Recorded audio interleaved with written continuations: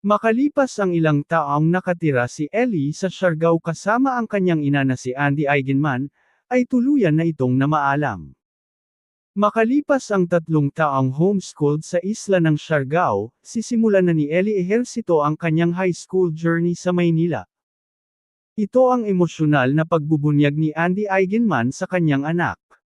Naging emosyonal ang dating aktres sa naging update, lalo na't mawawalay na sa kanya ang isang anak. Ayon kay Andy, maninirahan si Ellie sa ama nito na dati niyang partner na si Jake Ejercito. I'm very sad. Ella's going to be going to Manila. She's going to be staying with her dad, because she wants to try going back to regular school, pagbabahagi ng celebrity mom. Para sa kaalaman ng marami, si Ellie ay nagsimulang mag-homeschool mula nang magka-pandemya, pero nakaranas naman siya ng face-to-face classes mula noong siya'y preschool hanggang grade 3. Naikwento rin ni Andy na ang kanyang anak ang nag-request mismo na bumalik na sa regular school.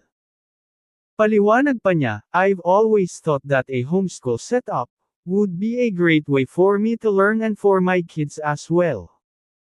Aminado ang aktres na mamimiss nila ng sobra si Ellie, kahit bibisita pa rin ito sa kanila tuwing holiday. Ani Andy, we're going to miss Miss Ellie having her here most of the time, but she'll still be spending all her holidays here with me and our family, as she promised, but as she is turning 13, I didn't want to deprive her of experiencing something that I think would also be worth it.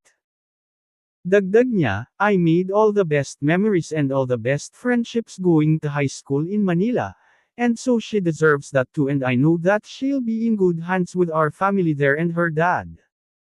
Sa katunayan nga rin daw ay last year pa nila ito plinano at talagang nanghinayang siya, dahil hindi na ito naantay ng kanyang yumaong ina na si Jacqueline Jose. It was really exciting for her to come to Manila, and hopefully be able to spend more time with my mom. So it's sad that she didn't get to wait for Ellie to come, pagbubunyag ng aktres na tuluyan ng naiyak.